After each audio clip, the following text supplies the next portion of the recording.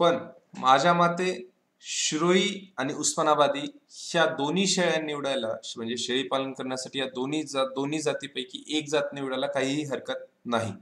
पण जर आता आपण बँकेच्या प्रकल्पाचा जर विचार केला तर आपल्याला बँकेच्या प्रकल्पामध्ये 200 रुपये ते 250 रुपये किलो प्रमाणे जर आपण शेळी घेतली तरच आपलं शेळी पालन हे बँकेच्या प्रकल्पामध्ये बसतं. आता बँकेची काय स्कीम आहेत, मग त्याच्यासाठी कसा अप्लाय करायचा हे मी तुम्हाला पुढच्या व्हिडिओमध्ये सांगेल.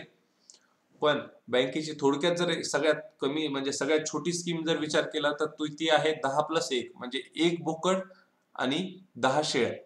तर त्याचा हिशोब जो आहे तो बँकेच्या ऍव्हरेज नुसार 67,500 हा व्यवस्थित आहे. तर आपल्याला ह्यासाठी उस्मानाबादी शेळीच प्रिफर करावं लागेल. त्याच्यानंतर आहे तिन्ही जाती. जर आपल्याला कामगार ठेवायचा आहे पण बँकेच्या प्रकल्पाचा विचार करायचा नसेल म्हणजे बँकेकडून आपल्याला काही मदत पाहिजे नसेल तर आपण तिन्ही जाती म्हणजे आपल्याकडे शेळी पालनासाठी तिन्ही जाती ठेवायला काही हरकत नाही. जर आपलं बजेट त्यामध्ये आपल्या बजेटमध्ये ह्या तिन्ही जाती बसत असतील तर तिन्ही जातींच्या म्हणजे म्हणजे प्रत्येक जातीची प्रत्येकी 5-5 पिल्ले किंवा 5 म्हणजे शेळ्या किंवा बोकड ठेवायला आपल्याला हरकत नाही. त्याच्यानंतर चौथा मुद्दा आहे ईद साठी का नियमित. म्हणजे आता याचा अर्थ की आपल्याला शेळी पालन जे करायचं आहे त्याच्यामध्ये आपल्याला जे उत्पन्न घ्यायचं आहे ते आपण प्रत्येक ईदला घेणार आहोत का प्रत्येक महिन्याला पाहिजे आहे. त्याच्यासाठी जर आपल्याला जर समजा आपण ईद साठी शेळी पालन करणार असेल तर आपण बोर किंवा शिरोई ही जात सांभाळावी.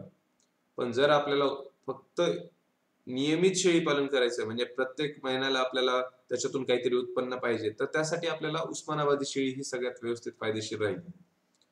कारण की शिरोई आणि बोरच्या किमती आपण सुरुवातीला ज्यावेळेस आपण शेळीचे म्हणजे छोटे पिल्ले विकत घेतोय त्यावेळेस 350 ते 450 रुपये पर किलो या भावाने विकत घेतोय म्हणजे शिरोईसाठी. बोर आपण विकत घेतोय 1500 ते 3500 रुपये पर किलो. मग जर समजा आपल्याला जर हे उद्या मार्केटमध्ये मटणासाठी जर विकायचे असतील म्हणजे आपण त्याचं मटण या व्हावं म्हणजे त्या शेळीचं मटण या भावात आपल्याला विकायचं आहे असा जर विचार केला तर ते प्रॅक्टिकली पॉसिबल नाही. कारण की आपण मार्केटमध्ये मॅक्झिमम 450 ते 500 रुपये किलो प्रमाणे मटण विकत घेतो. मग 350 ते 450 रुपये किलोने आपण घेतलेली शेळी आपण त्या म्हणजे आपण मटणासाठी त्या रेटने विकणार का, तर आपल्याला ते कधीच पॉसिबल नाही होणार. मग आता आपण कधी विकणार म्हणजे जर समजा कोणीतरी दुसरा शेड चालू करतोय आणि त्याला जर नवीन शेळी जर त्याला शेळ्या विकत घ्यायच्या असतील तर त्यावेळेस तो तुम्हाला कस्टमर म्हणून येईल. पण ती जर प्रोबॅबिलिटी त्याच्याबद्दल जर आपण विचार केला तर ते खूप कमी होतं. पण तोच जर आपण रेग्युलर प्रत्येक महिन्याला जर आपण शेळीचं काही पिल्ले विकत गेलो तर त्याच्यामध्ये जो नफा आहे तो या शिरोई आणि बोर जो आपण वर्षाला एकदा विकतो त्याच्या सोबतचाच होईल. पण आणखी दुसरी एक गोष्ट सांगतो, शिरोई आणि बोर जर आपण ईद साठी सांभाळलं तर त्याच्यामध्ये एक रिस्क फॅक्टर येतो. म्हणजे एक वर्षभर आपल्याला शेळीचं पिल्लू सांभाळायचं आहे म्हणजे एक वर्षभर आपल्याला ह्या शिरोई किंवा बोरचा बोकड सांभाळायचा आहे. त्याच्यामध्ये जर त्याला जर काही आजार झाला त्याच्यामध्ये जर त्याचं काही बरं वाईट झालं तर ते आपलं फक्त नुकसान होईल. पण तेच जर आपण उस्मानाबादीचा जर विचार केला तर आपण महिन्याला पिल्ले विकू शकतो. त्याच्यामुळे आपलं खेळतं भांडवल जे उस्मानाबादीमध्ये राहील ते सगळ्यात जास्त राहील.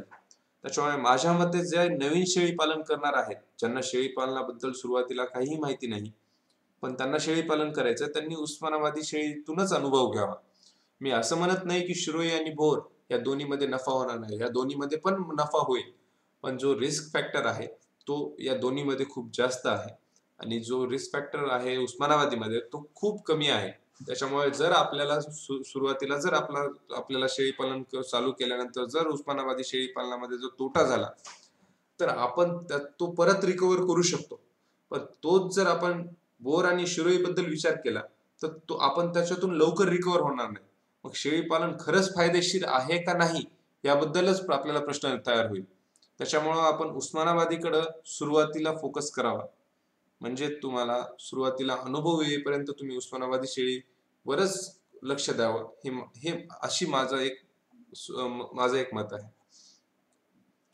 तर मला असं वाटतं की तुम्हाला याच्याबद्दल थोडीशी तरी एक क्लिअर म्हणजे तुमच्याबद्दल तुम्हाला या तिन्ही शेळीबद्दल एक थोडक्यात क्लिअर कन्सेप्ट तुमचा झालेला असेल की आपण शेळी पालन सुरू करण्यासाठी नेमकं कोणती शेळी निवडावी. हा टेबल तुम्ही व्यवस्थित स्टडी करा. तुम्हाला तुम्हाला जर काही डाऊट असतील तर ते तुम्हाला लगेच या टेबल मधून तुम्हाला कळतील की नेमकं आपल्याला शेळी पालनासाठी आपलं बजेट काय आहे, आपण नेमकं कोणतं शेळी पालनासाठी कोणती जात निवडावी, म्हणजे आपल्याला थोडक्यात ह्या 3 पैकी कोणती निवडावी हे ह्या टेबलवरून तरी समजून येईल. पुढील भागात आपण शेळी पालनासाठी शेडची उभारणी कशी करावी हे याबद्दल मी तुम्हाला माहिती देणार आहे. तरी हा जर व्हिडिओ तुम्हाला आवडला असेल तर शेअर करा आणि सबस्क्राईब करा. धन्यवाद.